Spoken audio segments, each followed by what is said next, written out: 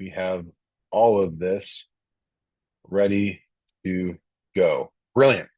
So again, thank you all for being here tonight. We're very excited to be able to talk to you about financial aid, how these things work together, and how these processes work, because I wish it were simpler. I wish it were more straightforward.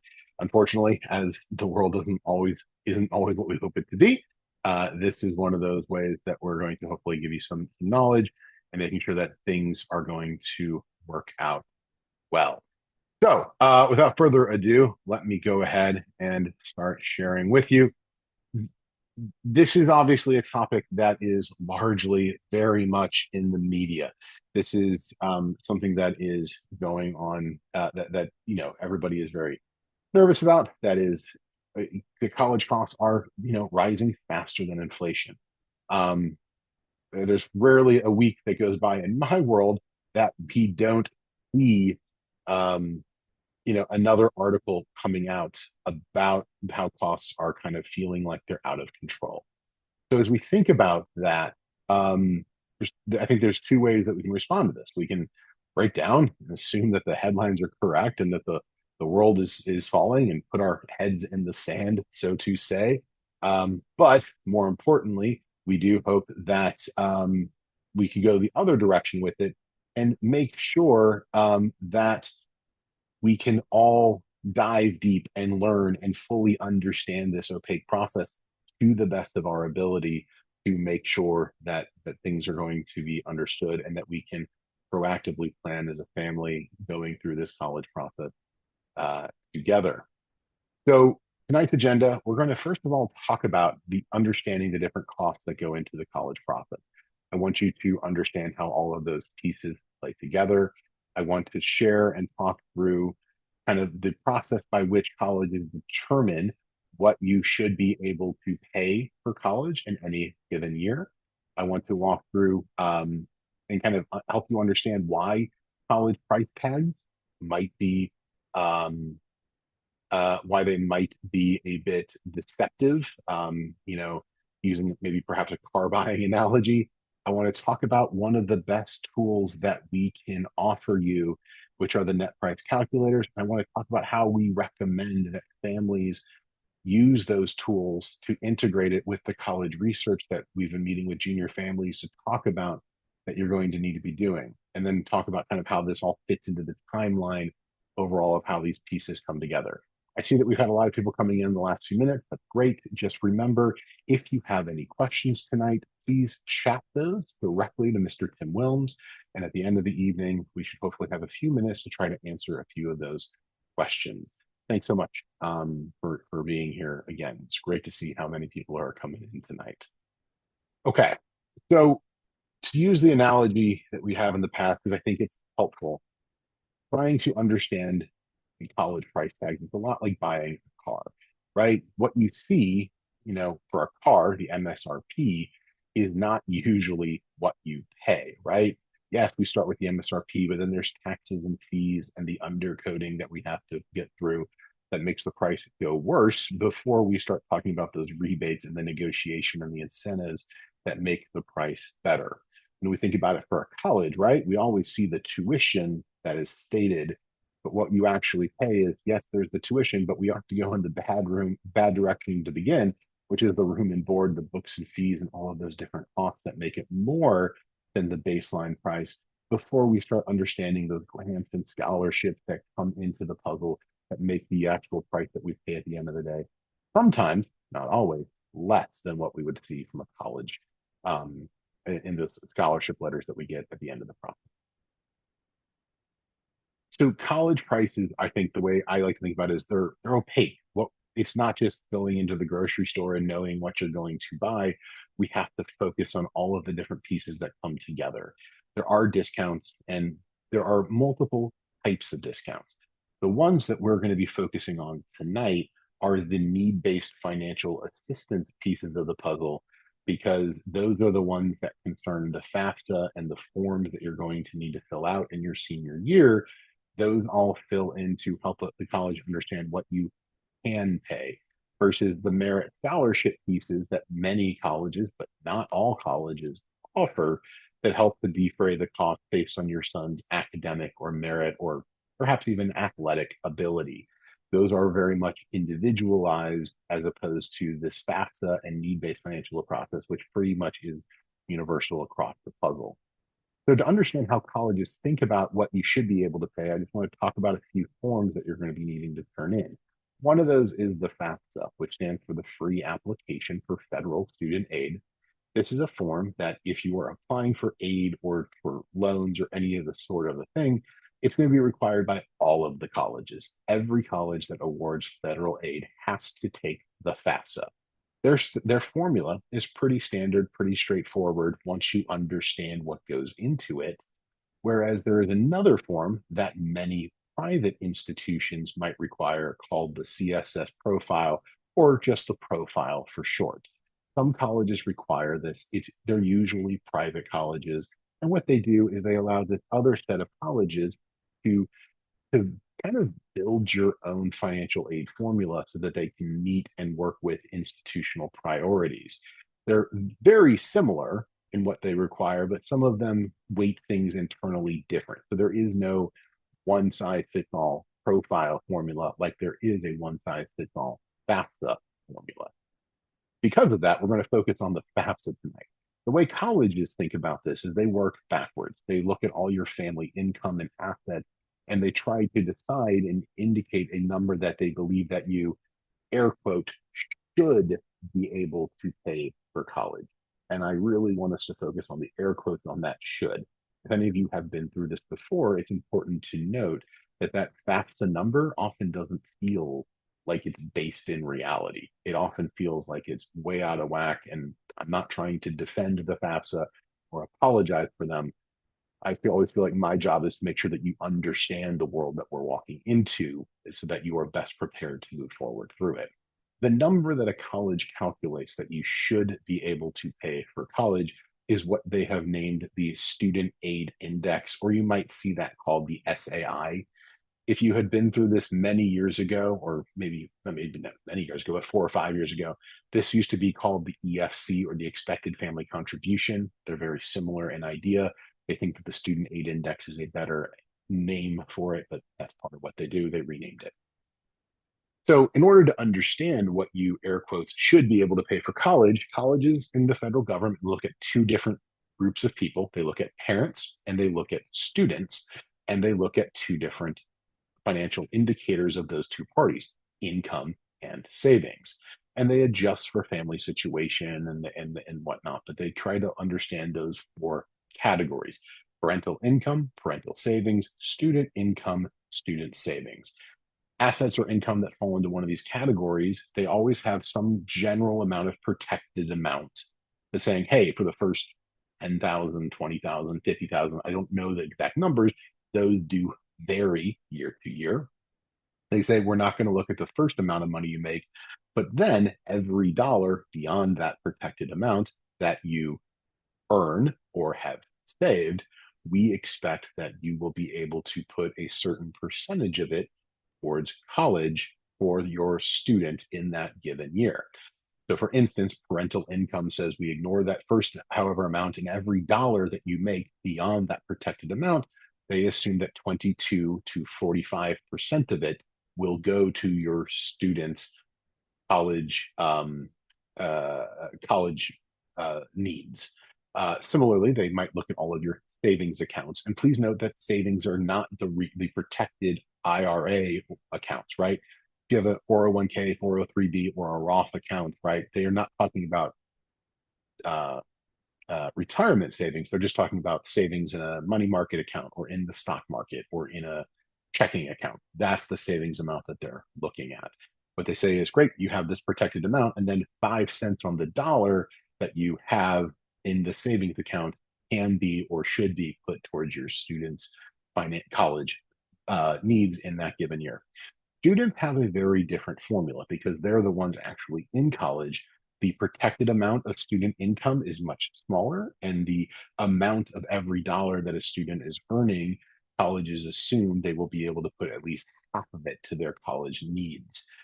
So it's a similar idea, but a different formula. Student savings, there is no protection. Any dollar in a student's name in a trust or in a money market account or an investment account or any such thing, they say, great, whatever's in there, 20% of it can get counted towards college spending in any given year. So again, depending on where those assets live or how they're named or how those things work out, it can be very, very different. So this is not all that important. Putting your calculations into the FAFSA formula, just know that this is what it's doing in the background and why they're asking all of the questions that they are. Ultimately, the SAI says, great, whatever exists in that quadrant A and quadrant B and C and D, we add up those equations together, and those four buckets added together become the student aid index. That's the number that colleges say in this year we can expect the family to pay. So that's kind of how that process works. So, but that is that if everything worked just in the theory, I could stop tonight's presentation now, and that would be great. However, college price tags don't make it very clear how they do this because every college, their processes for actually awarding money can be quite different depending on how their financial situation are at their given colleges. So I think it's helpful to just let's look at three different universities. Oops. Three different universities. We call one nationally ranked private university, one regional university, and one in-state flagship university.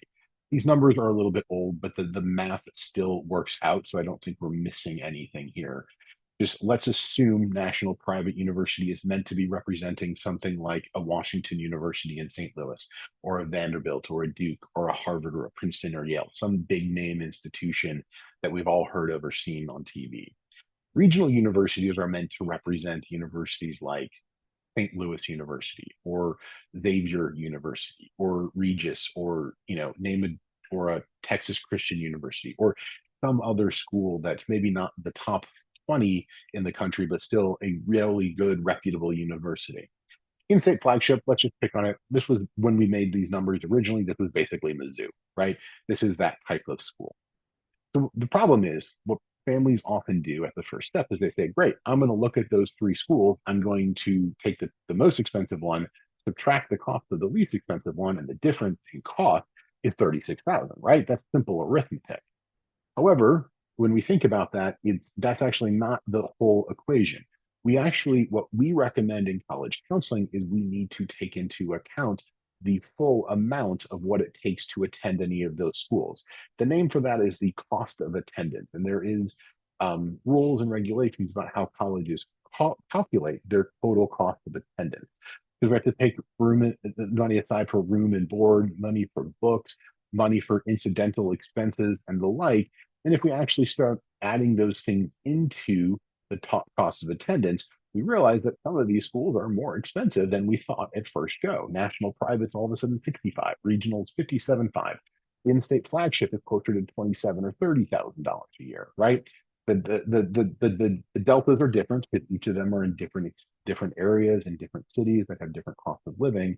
So that the cost of attendance is not a flat amount added to every college. It's based on where that college is located or the cost of their dorms or their sort of housing. So if we think then about, okay, what is the SAI for a family? So here is, I talked to our VP of finances at SLU, and said, hey, what does the average family maybe kind of look like? Can you give me an example of what they might look like? And this is kind of some numbers that he said a couple years ago that would be relatively accurate. So, family of four living in Missouri, mom and dad have two kids. One is in high school, one is younger. They make about $175,000 a year. They put some money to retirement. They have some medical expenses. They have a decent chunk of cash on hand in case of emergency. They got a lot of money in their home equity, right? So if you plug all these numbers for this fictional family into that SAI calculator, it spit back out a number of this family, the federal government says, could pay roughly $35,000 a year for college. For some of you, that might sound, oh, that's not too bad. Some of you might feel, holy cow, that's incredible. I don't know how people can do that. And I'm not here to try to judge how you're feeling about it. Just know that whatever gut reaction you're having is normal. And one of the homework assignments at the end of tonight is I am going to recommend that anybody here go and do a FAFSA forecaster to get a sense of what the FAFSA equation might say for your particular situation. So now that I know that the EFC or the SAI for this family, sorry, I just realized that's a typo. The SAI for this family is $35,000 a year. Now we need to compare that to the costs of our universities. So now I need to understand what should I be expecting for the college to do to help me to afford them. So National University says, great, we're normally 65,000, your FAA is 35. That means you're qualified to receive $30,000 worth of aid. Regional University says, hey, based on those differences, my total top line is less. So now the cost to you, the aid that you can get is $22,500, right? It's less because the total cost is less. National Flagship says, hey, we're cheaper than that. Congratulations, you're not eligible for aid. They're not worried about that because their cost structure is different. So now, if we take a look at those cost of family numbers, what we thought was a $36,000 difference between the highest and lowest price schools is in reality, hypothetically, an $8,000 difference because now that we've used that family's SAI compared to their total cost of attendance to get a sense of how much that is. This is why knowing your SAI and understanding how colleges price this can be so vitally important to the process. Now, I really wish I could say that this was everything. I wish that this is where the story ends, and unfortunately, it's not. This is because every school out there has a different way that they can institutionally try to help a student reach their demonstrated need. And unfortunately, given the financial realities of higher education, many colleges don't have the resources in order to help every student reach their demonstrated need. And that's why we recommend that families start using net price calculators, because these are the calculators that colleges are required by law to have on their website that they can fill with data about their institutional priorities and budgets. And they know that on average for families with an SAI of 20,000 versus 60,000 versus 150,000, how they award merit or need-based financial assistance for each individual family. So because again, this is where we get back to the idea that not all schools meet 100% of demonstrated need. Last time I did a search, and this might have been about 2 years ago now, for a list of schools that meet 100% of demonstrated need, I got about 80 schools that came back. It is not a long list. In fact, most schools do not meet 100% of need. Here are some numbers from a recent survey of what percentage of need does some certain institutions meet. Blue came back at 78%, Mizzou was at 60, Indiana 70, Rockhurst 90%. You get the idea. Many schools are not having the resources available to cover the resources that families have demonstrated that they need.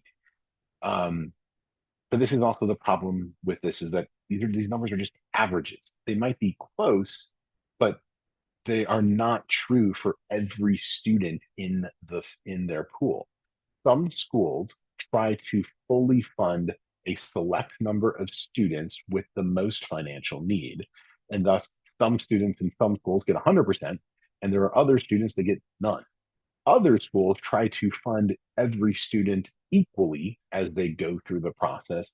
And other schools try to get just the close families all the way there and say, I'm sorry, I just don't have the resources to give every family with full need what they deserve. Averages don't mean anything if it doesn't reflect the reality of how any institution actually behaves, which is why we so want you to be using the net price calculators because those are filled with how that goes through. All right. Another problem with averages is the way universities actually go about trying to meet the need. Some colleges are really utilizing institutional grants. Some colleges are utilizing federal programs, i.e., Pell Grants. If you live in the state of Missouri, there are scholarship programs that exist for you, like the Bright Flight Scholarship. Sorry to my Illinois residents here tonight. I'm not aware of one that Illinois has quite like that. For some schools, colleges use merit or athletic money instead of the need based assistance in order to help families get to where they want to go.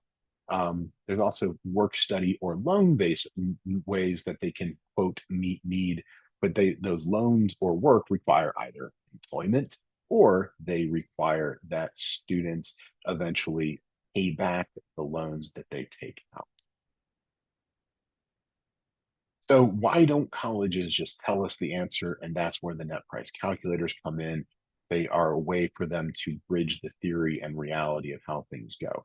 So let's say we use that same family right before, and we have them fill out the net price calculator. And there's a few other things you should know because these matter for the net price calculators in terms of students' academic ability, because we plugged those numbers into St. Louis University's net price calculator. And again, it's a little bit of old data, but I think it's pretty accurate for the purpose of what we're trying to do tonight, where we can see that this family who had that amount of EFC, which they calculated at 41,000, or sorry, the family's ability to pay, they calculated at 41,000. They said, great, you were owed $10,000 in ways that we should try to help you. But they said, hey, ignore all that. We're going to give you $25,800 in merit-based scholarship. So in this situation, SLU went above and beyond what that family needed, and their total cost that the family owed before loans was 25,000, even though their ability to pay was 41,000. So some schools, again, depending on how they process these things, sometimes the news is better. Sometimes the news is work. If we did the net price calculator at at a Wash U or the like, perhaps that number would be lower, perhaps the number would be higher. I don't know. Perhaps Xavier's or Creighton or Marquette's numbers would be different than St. Louis University as well, even for the same family, because institutional priorities and scholarship packaging works differently. So this is where we really recommend that families use these tools to start seeing how it goes. So hopefully this is just that we're understanding that using the net price calculators can give us an estimate of what that we hope that we might be able to be awarded in the process. The time investment on these net price calculators is not that bad. This is a graphic that many colleges have on their websites. They say, hey, 10, maybe 15 minutes can get you a pretty accurate estimation of what a college might cost you on the back end.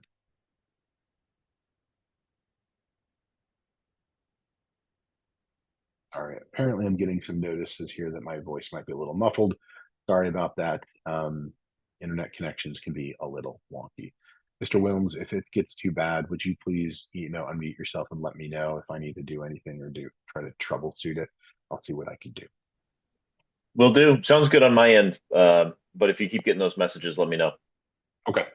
So again, that might also be on the receiving end. Sometimes if one's internet connection is a little bit slow, sometimes that comes through and makes some issues. All right. So again, when we think about how do we practically do this, this is what we like to think about in terms of the process. Students, parents, and college counselors all have different roles in this process. Here's what we think is the student responsibility in the college research process. Number one, they need to identify colleges of interest. Now, they don't have to do this alone. College counselors, parents can and should help with this. But ultimately, when it comes down to figuring out where we're applying, only the student can be the one to say whether this is a good fit or not for them. Students are also responsible for making sure that they are identifying scholarship opportunities and deadlines as exist on the college's website. We never want anybody to leave money on the table. I still have nightmares about the yelling match between a neighboring mother and son when I moved into college. Later the next day, I asked the guy who lived next door, was like, "What happened? Why was that mom yelling at your roommate?" And he said, "Oh, my mom was talking to his mom, and she talked about this wonderful scholarship I got that gave us $10,000 a year because I just filled out an essay." And the other mom looked at her son and said, "Did you fill out that essay?" And he said, "No." And she realized that her son cost them $40,000 over 4 years because he failed to fill out an essay.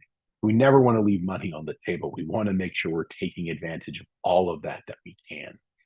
So there should be some sharing of those college lists. I don't know if that's weekly or monthly or a couple times a month. You guys can work out those details, but those lists should be shared as it's developing as you go through the process. Because parents, this is where we encourage you to do the net price calculator for each school that your son has identified. Because, and then we want you to hopefully talk to your son about the result. If you want to share specifics, brilliant. Talking numbers and reality, I think, is beginning to be age appropriate for these young men as they're moving into college. But I also understand that every family is different. And I don't want to tell you that you're wrong if you're not comfortable talking dollars and cents. But I do encourage every family to at least tell a student whether the financial expectations of any college on their list is affordable, or maybe it's not quite what we hope it to be, but it's close, or maybe it's not close and maybe it's way off, right? I don't always know how those things will play out, but helping students understand their list and what's likely to work out is important. Because one thing that we see happen, unfortunately, sometimes is that families will just use generic languages. Don't worry, little Johnny Bill, we're going to make it work out. Students hear that, believe their parents, and think that, oh, college cost doesn't really matter. Mom and dad have got this, right? But sometimes that's just not the case. And for most of our families, that's not the case. And that's nothing to feel ashamed about. But that does lead to confusion, to freezing, to students not feeling like the rug got pulled out from underneath them. I don't think that any parent ever intends to do that, but that's a real thing that can happen. This time of year, I'm fielding phone calls occasionally from parents of seniors who didn't do this research on the front end, who then are just now realizing how expensive their college costs are going to be. And they're calling me and saying, Mr. Crimmins, hey, is there anything that we can do to try to get these costs down? Because I don't know if I can afford any of the schools my son was admitted to. And that's where it gets really tricky, because the answer to building a list that makes sure you can afford it is by applying early to schools that we expect to be able to afford. And we can't really go backwards in time and change the list once we get to February or March of the senior year. Those are where it gets really tricky, and why we really encourage parents to talk to students about this. College counselors, we are in this with you, right? We can't do it for you, but we're here to help work with students to identify colleges. We're here to work with parents to answer questions and guide you to the appropriate resources or financial aid needs whenever we can. And if you are realizing that, hey, our costs are coming back a lot higher than we think is workable, we're here to help you identify some affordable options when asked and needed. Our team just, if you've been having some really good conversations and building some data pieces to help families to identify these types of schools proactively, and we're happy to share that with any family who would find that to be helpful. There is a concept that we're going to introduce in the junior year family kickoff, and that's the idea of a college A. Every successful college list should have one or two college A's on it. And a college A, as we define it, is a school that the student says, yeah, I'd be happy to attend that school. It may not be their top choice, but it's over that hump of, yeah, this is a good school. I would be happy to go there, generally so. College counselors are then responsible for saying, yes, that is a predictable school for admissions based on your academic ability, your background, etc. That is a school that I expect you to earn an offer of admissions to. And a college A mom and dad must say, yep, I ran that net price calculator and we believe that to be financially feasible for the family.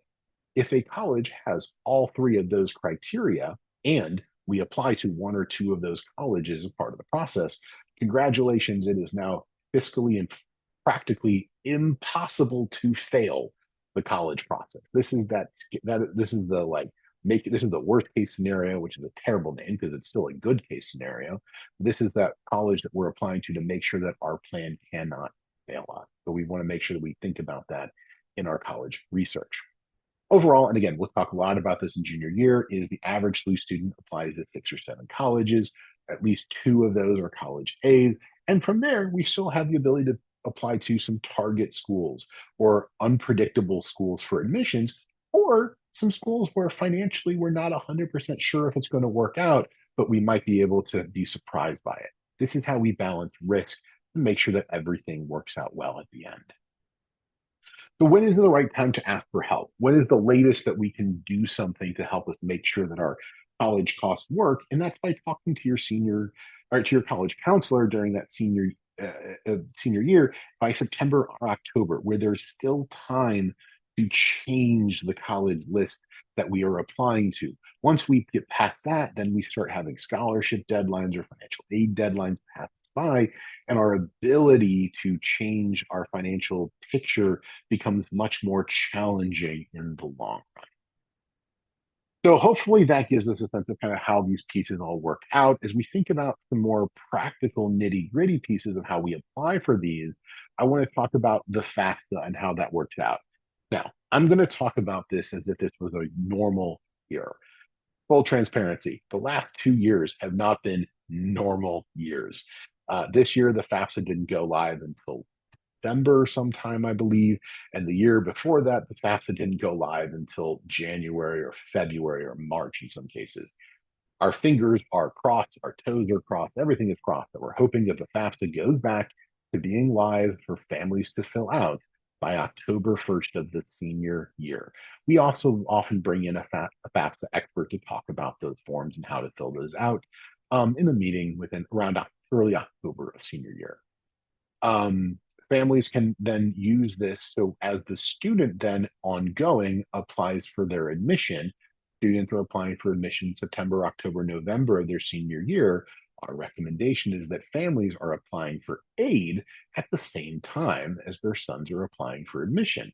This helps get financial aid awards, scholarship packages, all the financial details back in a timely manner so that students can start understanding how things are going to be working out and we can make nuanced changes on the fly if we need to. If you feel like your family's been through this before and you're certain you're not going to qualify for financial aid, sometimes I get the question, do we have to do the FAFSA? The answer is maybe. The FAFSA is required for merit-based scholarship at some institutions, not all of them, and it's a minority that that's the case, but I'd hate for you to miss on merit-based aid at a school you're applying for just because you chose not to do the FAFSA. So make sure that you do that research if you are thinking about not submitting the FAFSA. There's no downside to doing the FAFSA, and there are some financial aid resources, i.e., the federal student loans, that have really, really high caps for who can get access to those. And those federal student loans are the only loans that a student can take out that's in their name only. Every other loan that a student can take out beyond those federal ones requires a parental or familial cosigner who takes on that responsibility of that debt alongside the student. Just know that your financial aid calculations are based on a specific tax year's return. The nomenclature for that is prior year. So it's not the year. So if you're going to college and if your son's currently a senior, it's not the tax returns from last year. It's the tax returns from the year before. They'll give you the actual specific numbers when you do these calculators. And to be honest, if you guys do a FAFSA forecaster calculator like I'm telling you to, it's not going to be on the actual tax year that you're using for applying to college, but it should get you close. It should get you at least a good estimation. So to apply for each financial aid, you do need to research every school's website for their specific instructions. Typically, the college is definitely going to require the FAFSA, and sometimes they also require the CSF profile as well. Some colleges, especially in the last 2 years of uncertainty because of the FAFSA delays, some colleges have started requiring an institutional form as well that helps expedite the process and get the college a sense of how financial aid and scholarships could be working out. If you're ever feeling lost, there's a saying that we used to have when I worked in admissions is you just got to make a friend in financial aid. Schools have robust financial aid officers, and you should feel free to talk to them. There are specific family questions that we're just not going to be able to answer well. If your family's, sorry, I should say SAI again, SAI result does not accurately reflect your family's financial situation, you can talk to these financial aid offices. Sometimes families have these situations where, hey, I know my tax return only had 4 dependents, but we're paying for my mother-in-law's, long-term care facility, and that's not showing up on these forms. Is there anything you can do to take that into consideration? Colleges in these situations often say, sure, show me some receipts, show me some data on this. And because of that, they're able to do what they call professional judgment adjustments to help to see if they can qualify you for different financial aid resources. So don't be afraid to talk and be transparent with families or with families. Families, feel free to be transparent with colleges about what's going on because that is a very important piece of the puzzle. Overall, do your homework. Studentaid.gov aid estimator.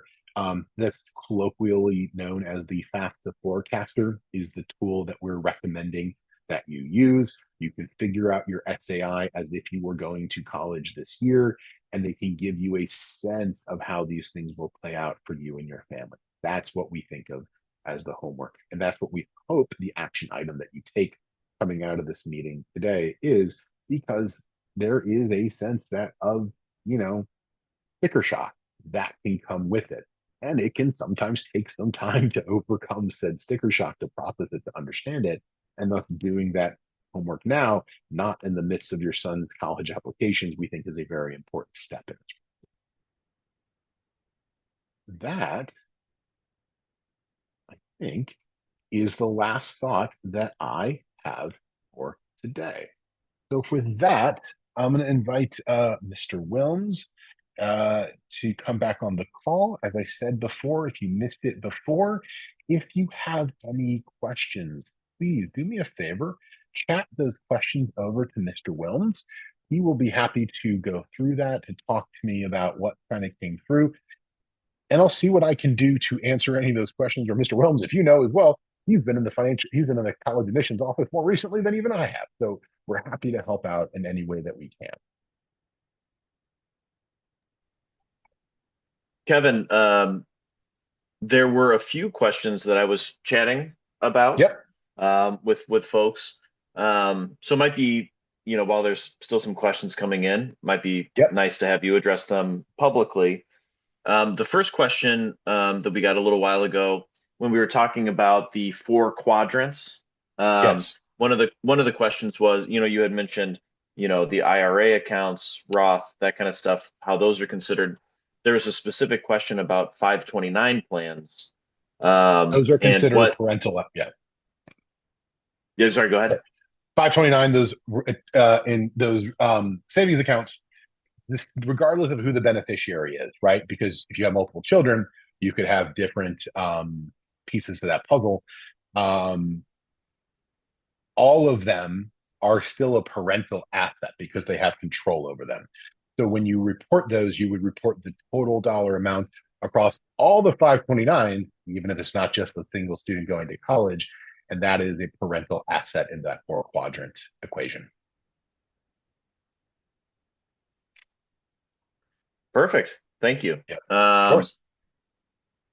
One of the other questions that we got was, how does the financial aid office define aid?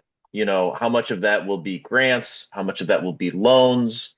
In other words, if all you qualify for is loans, is that still considered aid? Unfortunately, yes, there is not a great definition for what aid is, nor is there an expectation that any college has to meet full aid, which is why those net price calculators are so important, because colleges fill their funding sources, customize that as to how they actually approach that puzzle. So using those net price calculators will give you an estimation of how that individual college is thinking about helping you to make that account work through. Oh wow, we just got three questions right in a row. So this is great. Great. So as I sort through those, there was a question that was also asked, and it actually was timed perfectly with when you were talking about this um, in the presentation. But the concern was raised about, okay, well, what happens, let's say, if the Department of Education shuts down? Or like we saw, I can't remember if it was last week or 2 weeks ago, when all of a sudden we checked our phones and went, oh wait, federal loans are now being frozen. Oh wait, that's Right. us. That affects us. Um, do you, in your crystal ball, do you foresee, do you foresee, how do you foresee that playing out? Like how, my response was, we just don't know.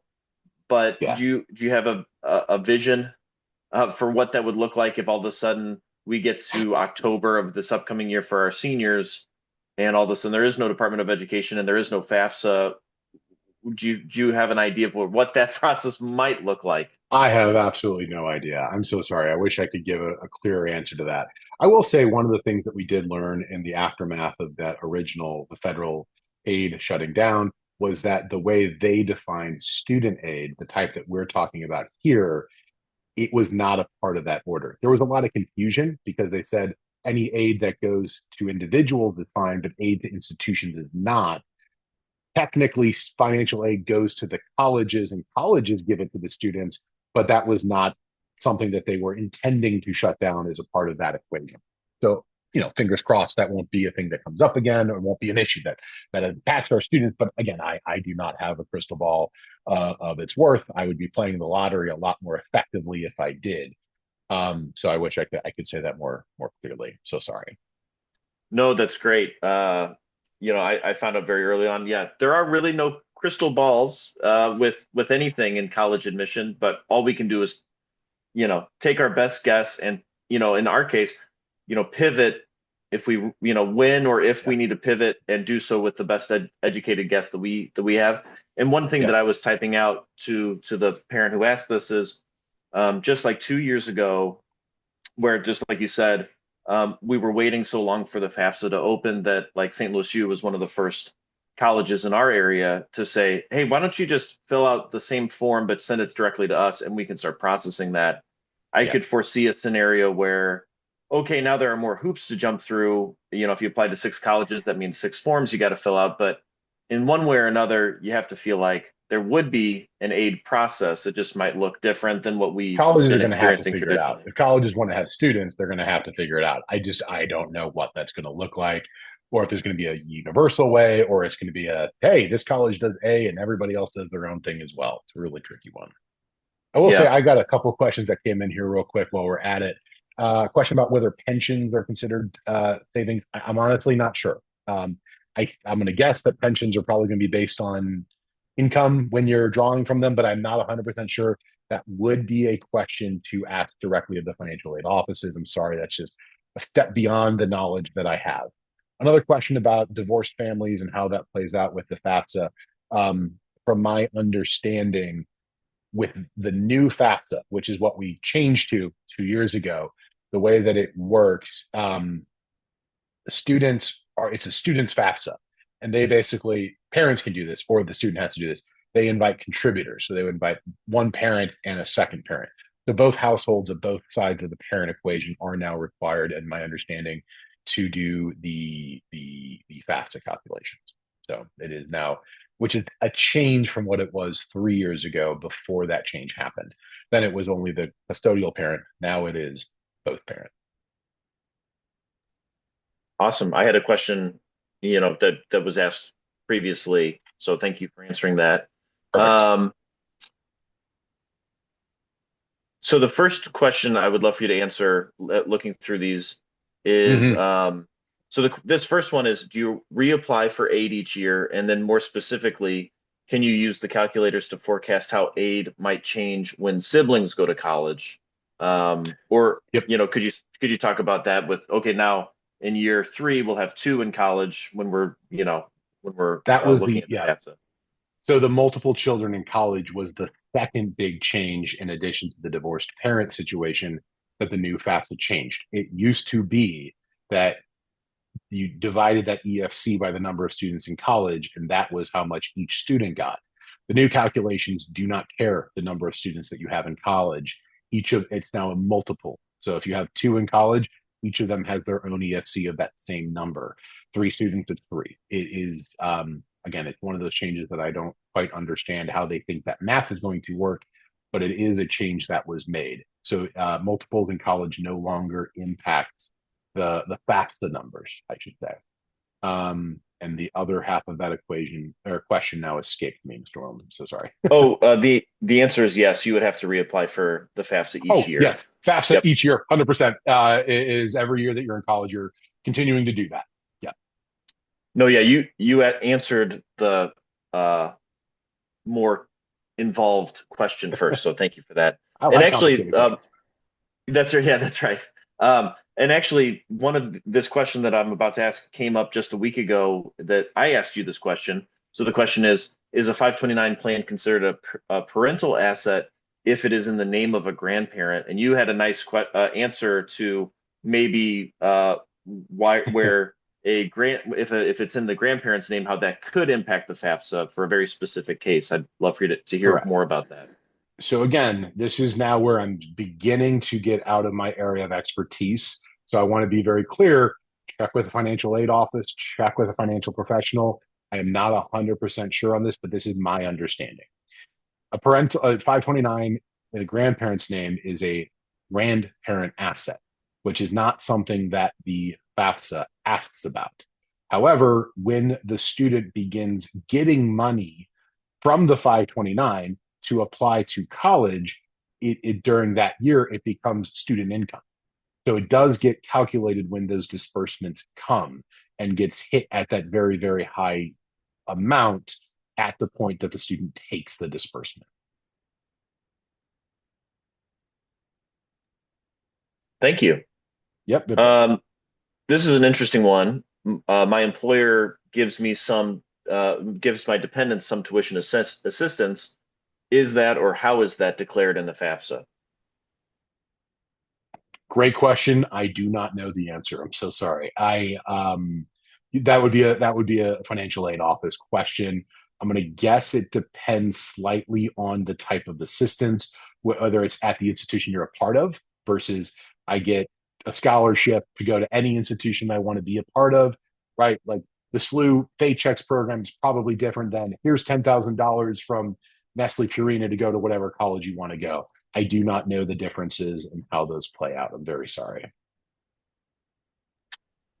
And I believe that when I saw this on the admission side, when I worked with a family who, mom or dad worked at WashU, that, where they had a big tuition, Yeah, like basically WashU would pay for part of the tuition for whatever other school they go to.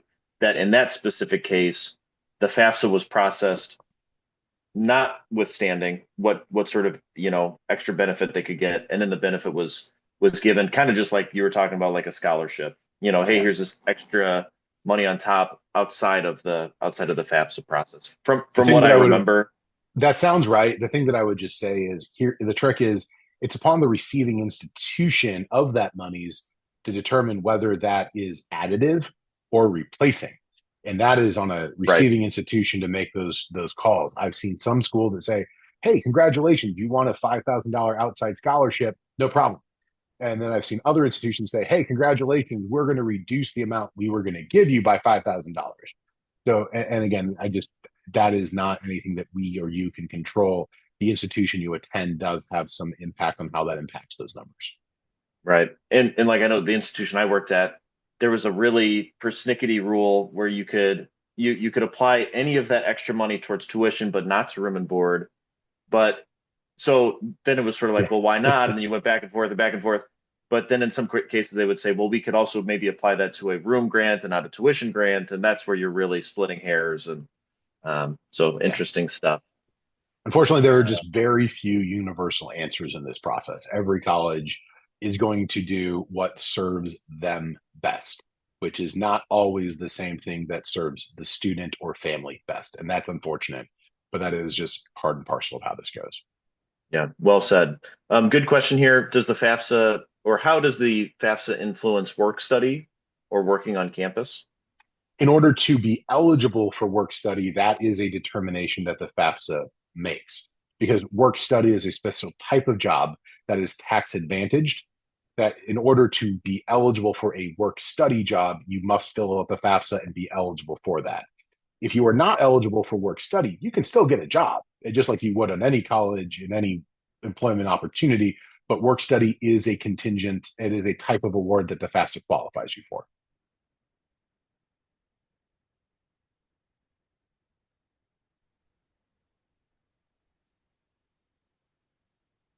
Um, I think you answered this. If you're divorced and remarry, do your spouse's finances become part of the equation for that stepchild? So that's pretty specific. That might be hard to answer. I think so, but I'm not 100% sure. these changes on the divorced parent FAFSA calculations are still relatively new within the last 2 years. Again, before that, it was based on the household that they lived in more than 50% of the time, in which case, yes, it would if that was the household. Now, with the divorced parents and both parents being counted, I don't know if that's both households or just I apologize, I don't know that answer. That would be a great question for a financial aid officer. That is a universal answer. There is a right answer to that question. I just don't know it. Awesome. Good one here. How does this process work if students apply for international colleges? If you're applying directly to a college in Europe or in Canada, Yep, um, you none of this know, matters. that's right. International programs, generally speaking, just like international students applying to American colleges, have a different process. The FAFSA, the need-based side of things, no longer applies. International students in America or American students going internationally, they're the ones paying the full freight to help offset the cost of the domestic local students in those cases.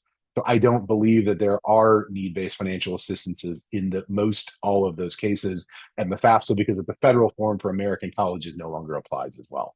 Every college that we're talking about in terms of aid, if there is any, would be handled at the institutional level as an international student.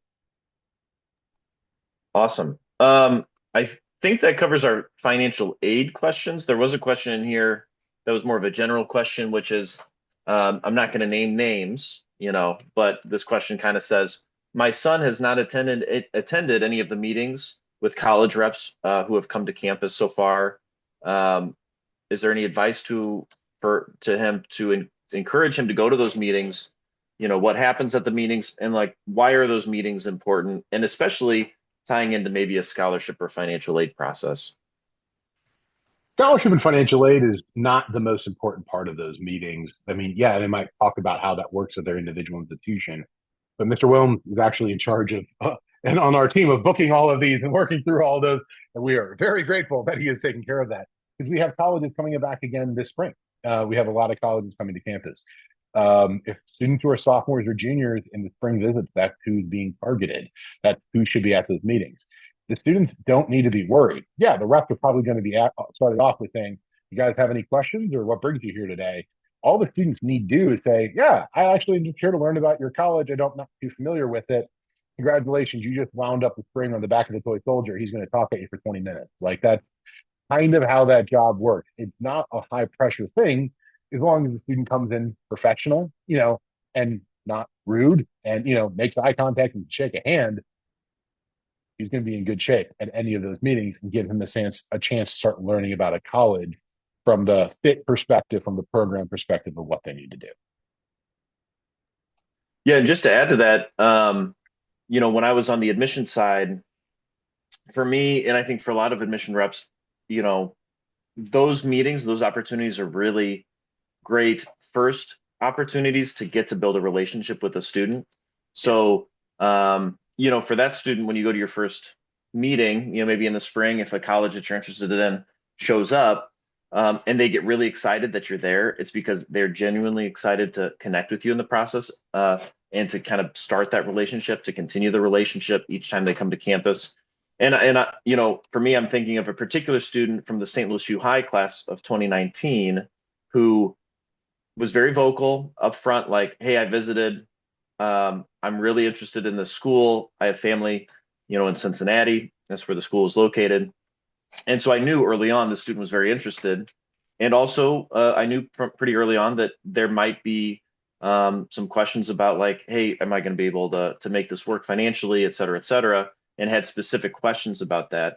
And that student took advantage of every opportunity, or almost every opportunity, that the school offered, and even came to an event here in town. And at that event, it just so happened that the director of financial aid was at that event, and he got FaceTime with her. And when, the time came at the very end of that process to see like, "Hey, are there any students that could use, a little help financially?" Not every student, but, for a special case student, he was one of the first ones on that list. And they made it work.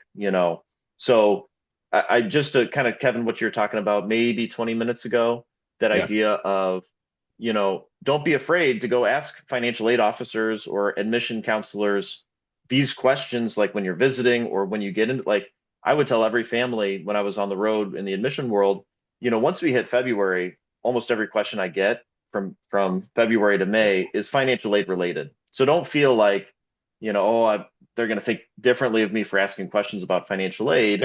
Um, that's literally what they're there to do. And Yeah. in a lot of cases, being upfront and saying like, "Hey, we really are excited about this school. We've done the net price calculator. Filed the FAFSA, and we're trying to figure out a way to make this work. What advice do you have?"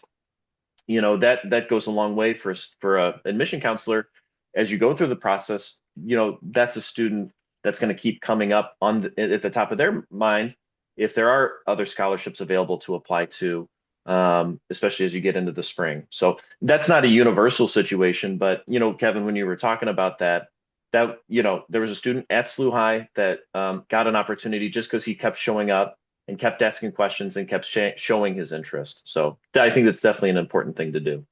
Yep. Yep. Yep. Yep. I think I know who that student Okay. was. You want to mine? He was one of yours, but Yeah, he no was. I names, know who he is. That's great.